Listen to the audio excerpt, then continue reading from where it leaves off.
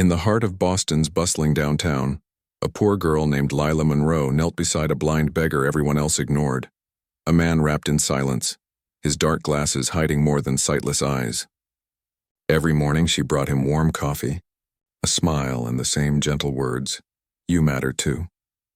To the world, she was a waitress living on borrowed dreams and late paychecks, and he was just another forgotten soul with a cardboard sign. But what no one knew, not the hurried bankers, not the real estate agents passing by in suits, not even Lila herself, was that the blind beggar sitting on that corner was actually a billionaire in disguise, testing the world that once betrayed him. And when he finally revealed he could see, the truth that followed didn't just shock everyone. It shattered everything she thought she knew about love, trust, and what it really means to be rich. But why would a billionaire pretend to be blind? Why choose a poor girl like her to help him? And what did he see in her kindness that made him reveal the secret no one was meant to know? It was a crisp Friday evening in downtown Boston, the kind of evening where the air smelled faintly of roasted coffee and exhaust fumes, and office towers glowed like glass lanterns against the dusk. Lila Monroe hurried along Tremont Street, her apron stuffed into her tote bag, her tips from the cafe jingling faintly in a jar she'd washed clean and labeled college fund. Her shoes were worn, the soles nearly smooth, but her steps carried a quiet rhythm of hope, the kind that only the poor can afford to keep. Across the street, near the old State Bank building, the blind beggar sat in his usual spot. His posture was straight, not slouched like most. His beard was neatly trimmed, his clothes, though faded, were oddly clean for someone who claimed to live on the streets. People whispered that he used to be a musician, others said a professor, but no one really cared enough to know his name, except Lila. She crossed the street, dodging a honking cab, clutching a small brown paper bag. "Hey, Mr. Mason," she greeted, kneeling beside him. "I got you that clam chowder you like. It's warm." The man tilted his head slightly, a faint smile touching his lips. His voice was low, calm, and precise, the kind that made you listen without knowing why. "You always remember, Miss Monroe." Lila laughed softly. "Well, someone's got to. You'd probably forget to eat if I didn't show up." She didn't notice the faint tension behind his glasses or the way his hand rested near his cane, not for guidance but habit. Beneath the facade of blindness, Adrian Mason watched her with quiet study. Her kindness wasn't forced, her words weren't pity. There was something about her, something rare. He had sat on that corner for months, testing humanity after losing faith in it. Once he'd been the CEO of Mason Technologies, a company that had transformed Boston's skyline with glass towers and cutting-edge AI systems. But betrayal from within, his own board, his fiancée, his partner, had stripped him of everything except his wealth. To the world he had vanished after an alleged mental breakdown. To himself he was hunting for truth, for genuine souls in a city that worshipped money. And then, there was her. That night, as traffic thinned and the streetlights hummed, Lila sat beside him longer than usual. "You know," she said, stirring the chowder cup absent-mindedly, "I've been saving up to take night classes in accounting. I figured if I can help people manage money, maybe I won't always be the one without it." Adrian chuckled softly. "Money," he murmured, "is a strange teacher. It tells you who you are when you have it, and who others are when you don't." She tilted her head, curious. "You talk like a man who's seen both sides." His lips quirked.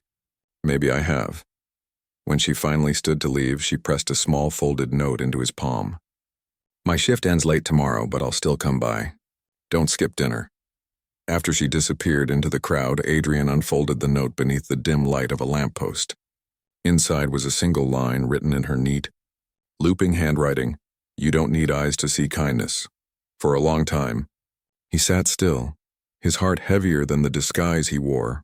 Hours later, he returned to his penthouse at the top of the Mason Grand, a place no one knew he still owned. His assistant, Jordan, met him at the door. "You're late again, sir. The board is asking when you'll come back publicly." Adrian removed the dark glasses and set them on the marble counter.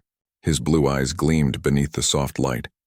"When I find one honest soul in this city," he said quietly, "I'll return. Until then, I'd rather be blind." Jordan hesitated. "And this girl? The waitress?" Adrian looked toward the skyline where Boston's towers glittered like promises. She's the first person who's seen me in years. Let's see if she's as real as she seems. Outside, the wind carried the echo of her laughter, the sound that had somehow begun to feel like truth itself. But what Adrian didn't know was that Lila's kindness wasn't born of innocence alone. It was survival, and the secret she carried could either heal him or destroy the last hope he had in humanity.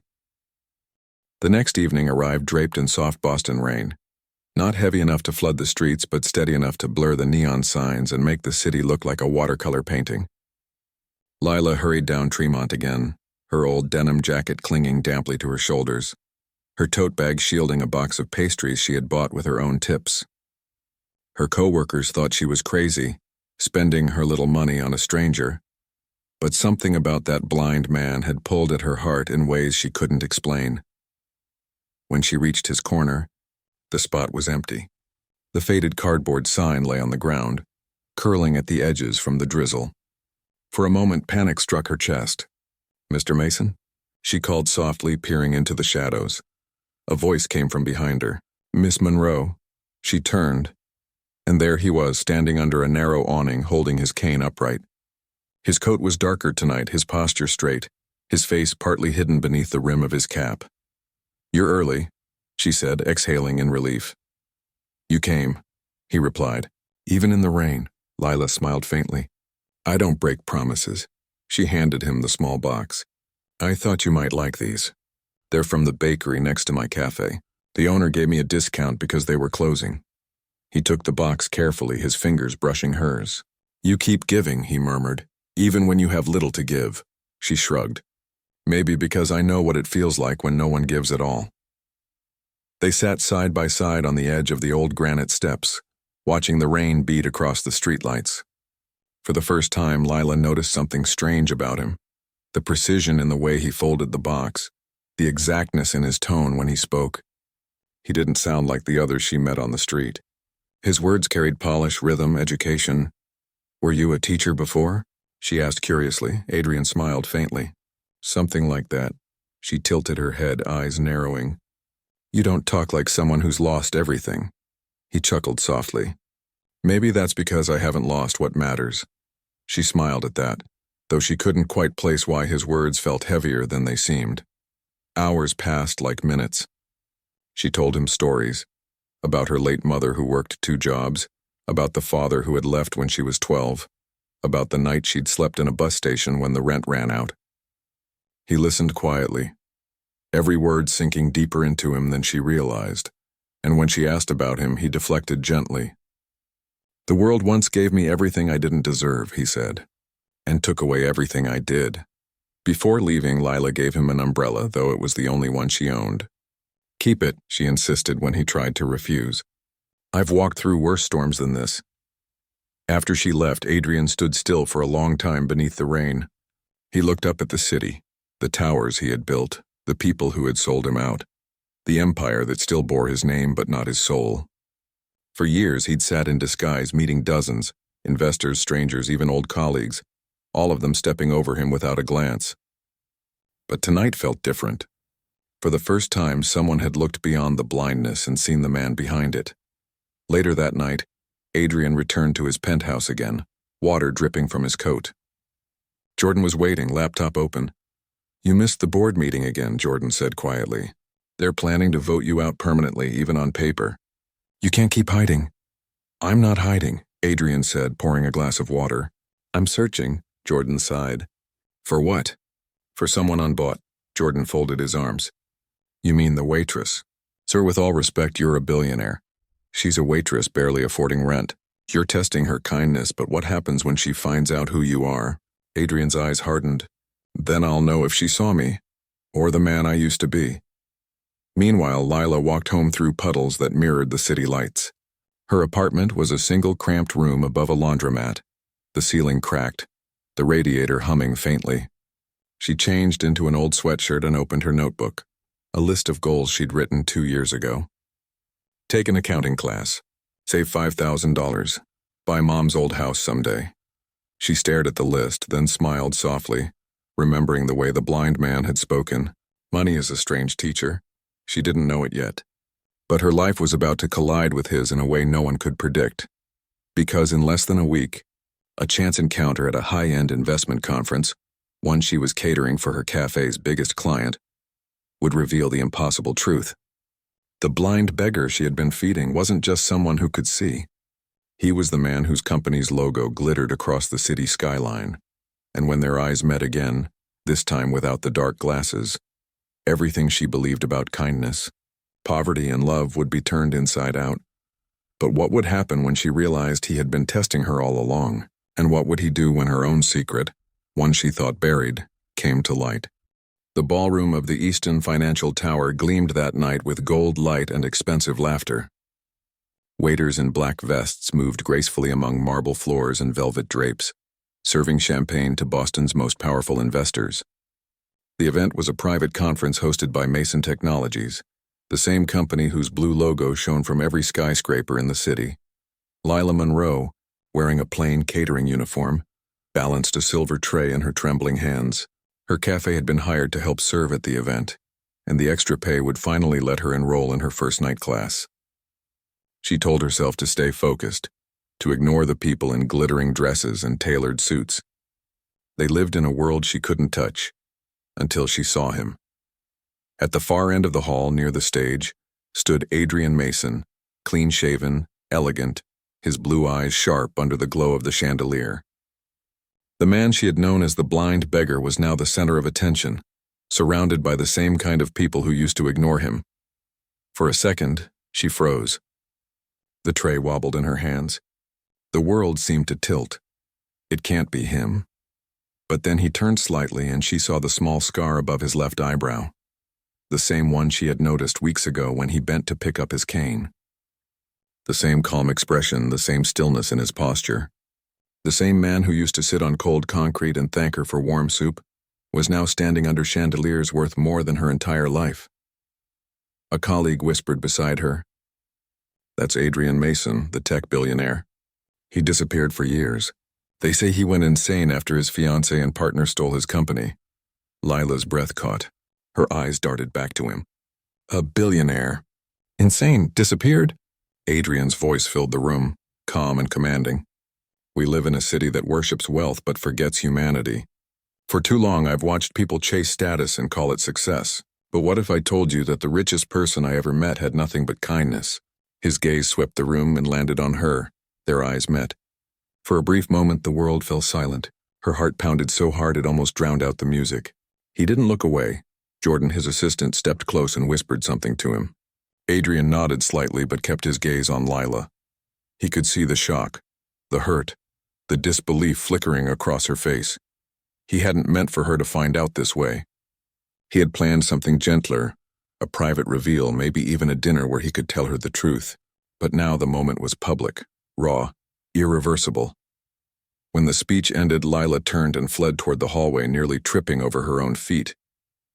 She pushed through the service door, her hands trembling.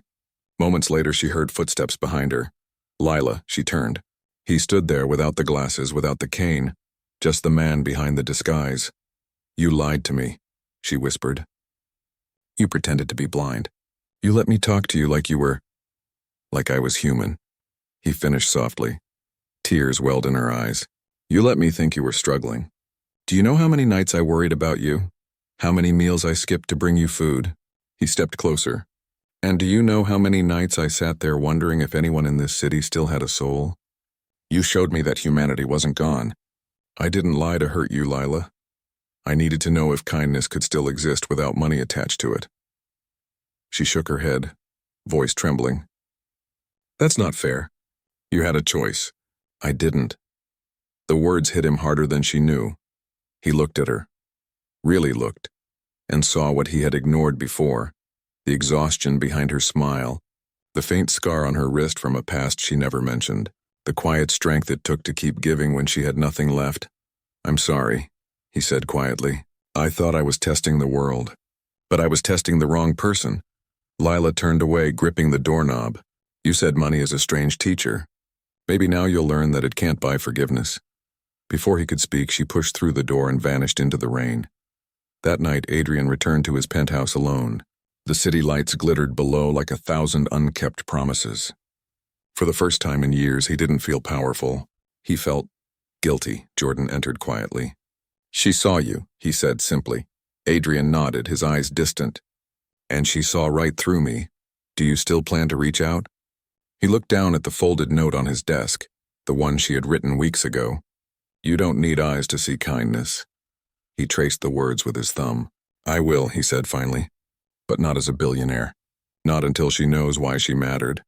Unbeknownst to him, across the city, Lila sat in her tiny apartment, staring at a half-written note of her own. Her phone screen glowed with an email she'd been too afraid to send, one from years ago, when she had interned briefly at Mason Technologies before being laid off in a mass downsizing scandal, and in that lay the hidden link neither of them knew yet. She had once been a casualty of his company's greed. The same empire he built had once taken everything from her, and now their worlds were on a collision course, one built on truth, betrayal, and a test that would reveal who was truly blind after all. 3 days passed, heavy with silence. Boston was drenched in autumn rain, and every corner of the city seemed to echo with unfinished words. Adrian Mason sat alone in his study, the skyline a blur of lights beyond the glass wall. The world now knew he was back. The media had called his return the billionaire resurrection. Investors wanted meetings. Magazines wanted interviews, and the same board that betrayed him suddenly wanted him to lead again. But none of it mattered. The only voice that haunted him was Lila Monroe's, trembling as she said, "You had a choice. I didn't." He replayed that night again and again, her face wet with rain, her disappointment sharper than any corporate betrayal. For the first time, the man who once controlled billion-dollar deals couldn't control the one thing that truly mattered: her trust. That evening, as thunder rolled over the Charles River, he made a decision. "Jordan," he said quietly, "prepare the car." Jordan hesitated. "Are you sure, sir? She's refused every message you've sent. Maybe you should." Adrian stood, adjusting his coat. "No more messages. I owe her truth, not excuses." Across town, Lila sat by her small window, staring out at the rain. Her cafe shift had ended hours ago, but she hadn't moved from that spot. She clutched an envelope in her hand, her acceptance letter for night classes at Boston Community College. It should have been a victory, something to celebrate, yet all she could feel was the ache of betrayal. She had replayed his speech in her mind, trying to make sense of it. Why her? Why pretend to be blind? And more hauntingly, why had she cared so much? A soft knock startled her. She opened the door slightly and froze. Adrian Mason stood in the hallway, drenched from the rain, his suit darkened with water, his hair plastered to his forehead. No security detail, no assistance, just him. "I needed to see you," he said. She didn't move. "You shouldn't be here." "I know, but I have to tell you the truth you never got." There was something in his tone, not arrogance, not wealth, just weary sincerity. Against her better judgment, she stepped aside. He entered slowly, taking in the cracked walls, the flickering bulb, the faint hum of the laundromat below. For a man who'd once lived among marble and glass, the smallness of her world hit him like a confession. He pulled a folded document from his pocket and placed it on the table. "Years ago," he began, "my company, Mason Technologies, cut hundreds of staff during an automation transition. I signed the order without reading every name. Your name was on that list, wasn't it?" Her throat tightened. "I was an intern. I lost my apartment. My mother was sick and we couldn't afford her treatment. She died 3 months later." He closed his eyes briefly. "I didn't know. I thought I was protecting the company. I didn't see the people it hurt." Her voice trembled, soft but sharp. "You were blind long before you pretended to be." The words sliced through him, raw and true. He nodded. "You're right. That's why I became him. The beggar, the man everyone stepped over. I wanted to see what I had become blind to. The irony is, the only one who ever looked at me was someone I'd already wronged." Lila's eyes glistened. "So this was guilt? A social experiment to cleanse your conscience?" "No," he said firmly. "It became something else. You showed me that worth doesn't live in the balance sheets or the penthouse views. You reminded me what decency looks like." He took a step closer, his voice low, trembling slightly. "You once said you'd walk through storms for someone who mattered. I'm here to say I see you, Lila. Truly see you. Not as the girl who fed a beggar, but as the woman who changed a man who thought he'd seen everything. Silence filled the room, heavy and intimate. She looked at him, at the sincerity in his eyes, at the man beneath the wealth and regret. I don't know if I can forgive you, she whispered. He nodded slowly. I wouldn't ask you to, but let me at least make right what I made wrong. He slid a folder toward her. Inside were documents, full tuition sponsorship, a job offer from the New Mason Foundation, a nonprofit he had built that morning to help displaced workers and single mothers in the city. Her name was listed as its first financial program coordinator. She stared at the papers, speechless. I can't take this, she said. You already earned it, he replied. You taught me what real wealth is. A long silence followed. The rain outside softened. For the first time, her shoulders eased. You're not who I thought you were, she murmured. He smiled faintly. Neither are you, she laughed weakly, wiping her eyes. You're still impossible, you know that? I've been called worse, he said, a hint of warmth breaking through. When he finally turned to leave, she stopped him. Adrian, she said softly, if you really want to see, then don't look for people like me on the street. Look for them in the mirror. Start with yourself. He nodded, his expression quietly humbled. I will. As he stepped into the hallway, she called after him one last time. And Adrian? He turned. I forgive you. Not for what you did, but for finally seeing. The door closed gently, and the city outside seemed to breathe again. Days later, headlines swept across the nation. Billionaire turns empire into foundation for the poor. But behind the glamour, behind the charity galas and financial columns, only two people knew the truth, that the richest lesson ever learned in Boston began not in a boardroom, but on a street corner between a poor girl and a blind beggar who wasn't blind at all. And as autumn faded into winter, sometimes near Tremont Street, a man could still be seen sitting quietly with a cup of coffee beside him, not as a test, not as a disguise, but as a reminder, because the girl who once taught him kindness had taught the city something far greater, that sometimes the poorest soul is the one who can't see beyond gold, and the richest heart is the one that finally learns to.